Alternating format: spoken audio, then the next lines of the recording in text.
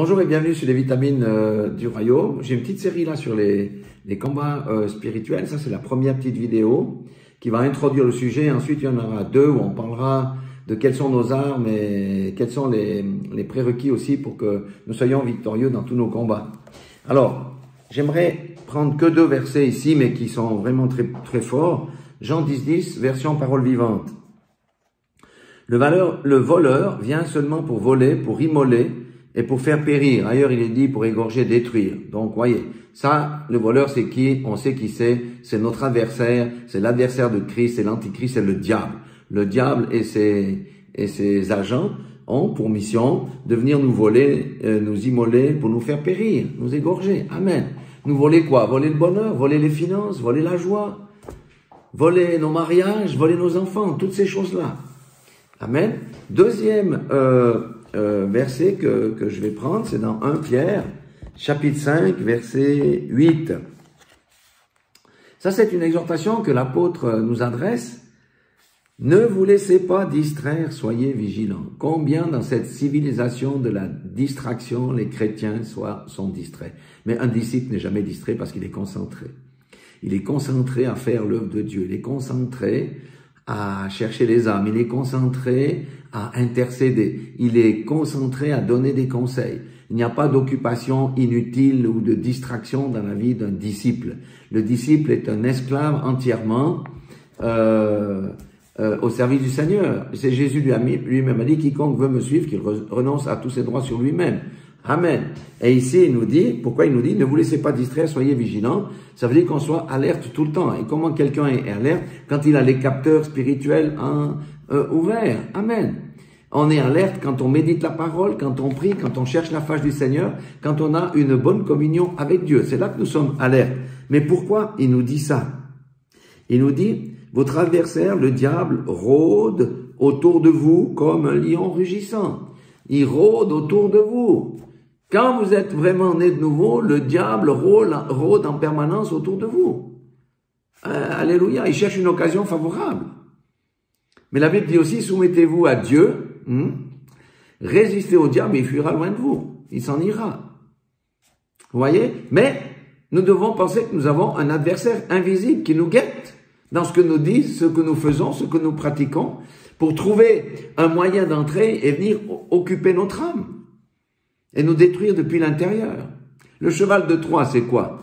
C'est les Grecs, pour pénétrer dans la citadelle, ceux qui voulaient pénétrer dans la citadelle de Troie, ils ont fait un grand cheval en bois dans lequel, par une porte, ils ont caché des adversaires et ils ont offert ce cheval en cadeau à la ville de Troie et les Troyens, ou Troyens, je sais pas comment on dit, ils ont ouvert la porte, ils ont fait rentrer le cheval et la nuit, comment on appelle ça? Les guerriers qui étaient cachés à l'intérieur, ils sont sortis, ils ont détruit la ville. C'est ce que le diable fait. C'est pourquoi il nous dit d'être alerte et vigilant. Alléluia. Pensez au lion. Moi qui vais souvent en Afrique, ma femme est africaine, comme chacun le sait. Je vous dis, si vous entendez, vous savez que le rugissement d'un lion, il s'entend à 8 km. Il y a des gens, quand le lion rugit en face d'eux avant qu'ils sautent dessus, ils meurent de trouille. Ils meurent de trouille avant, tellement le rugissement est fort. Alléluia. Et lorsque le lion fonce sur quelqu'un, un coup de patte et puis c'est fini, terminé. Donc voilà, il cherche quelqu'un qui se laissera dévorer. Vous voyez, il cherche quelqu'un qui se laissera dévorer. Quel est le quelqu'un qui va se laisser dévorer? C'est pour ça que j'aime beaucoup cette version. Parce qu'ailleurs, il est dit qui dévorer. Et ici, il dit qui se laissera dévorer. Qui est celui qui se laisse dévorer? Qui marche dans la négligence, qui marche par la chair, tout en faisant alléluia, il y avait l'onction, le culte était formidable, mais il marche dans la négligence, il ne prie pas, il ne médite pas, il ne combat pas, il ne revêt pas son armure. Celui-là, c'est celui qui va se laisser dévorer. Est-ce que ça parle à quelqu'un, ça? Dieu veut nous exhorter, pour qu'on change de mentalité, qu'on change de perception des choses et qu'on se concentre sur la parole de Dieu. Alléluia. Et verset 9, il dit, opposez-vous à lui avec une foi inébranlable. Vous savez que vos frères dispersés à travers le monde passent par les mêmes épreuves. Opposez-vous à eux. Donc, le combat revêt deux caractéristiques. La première des choses, c'est le combat spirituel quand nous sommes attaqués par le diable. On peut être attaqué, vous savez, attaqué dans les songes, par des rêves impurs, par des esprits de mort, par des nuages noirs qu'on voit arriver sur soi-même. Il y a toutes ces choses-là. Ça, c'est le combat spirituel qu'on sait qu'on est dans un combat. On doit se lever et chasser, tailler en pièces ces esprits impurs, ces esprits de mort, etc. Mais des fois, on ne sait pas d'où vient le coup. Hein?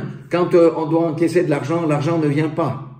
Quand on a des problèmes à répétition avec les ordinateurs, comme ça c'est arrivé avec ma femme, on a tout préparé le travail de la mission, mis dans les dossiers, enregistré ça sur le disque dur, sur un disque à côté, un disque externe, tout disparaît, vous avez beau chercher, vous ne trouvez plus les dossiers.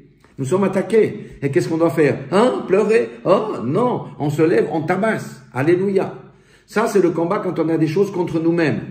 Mais il y a un autre combat que beaucoup de chrétiens ont négligé au travers des siècles. Et j'étais celui-là pendant des années. C'est le combat pour délivrer les âmes du royaume des ténèbres. Hein? Le Seigneur, c'est la grande commission. Nous, on pense toujours que la commission, c'est pour les pasteurs, les évangélistes ou que pour les évangélistes. Grave erreur. Donc, voyez, le combat lorsque l'ennemi nous attaque, mais le combat lorsqu'on va attaquer l'ennemi pour délivrer une âme en prêchant la bonne nouvelle. Voilà ce que c'est que le combat. Ça, c'était la petite vidéo d'introduction. Regardez après concrètement comment, sur la base de la parole de Dieu, nous pouvons repousser les attaques de l'adversaire contre nos vies, nos âmes, etc., nos enfants, nos foyers, nos finances, et comment nous pouvons aller au combat avec succès pour délivrer les âmes, les arracher au feu, les faire passer du royaume des ténèbres au royaume de la lumière. Soyez tous bénis dans le nom puissant de Jésus-Christ de Nazareth et que le Seigneur réveille le guerrier qui est enfoui au chacun de vous. Amen. Je vous aime, Dieu vous aime, nous vous aimons et nous irons ensemble de gloire en gloire, de victoire en victoire, parce que nous ne sommes pas de ceux qui courbons la tête devant l'adversaire, mais qui nous tenons fermes devant lui, sans peur ni rien du tout. Soyez tous bénis dans le nom puissant de Jésus-Christ de Nazareth.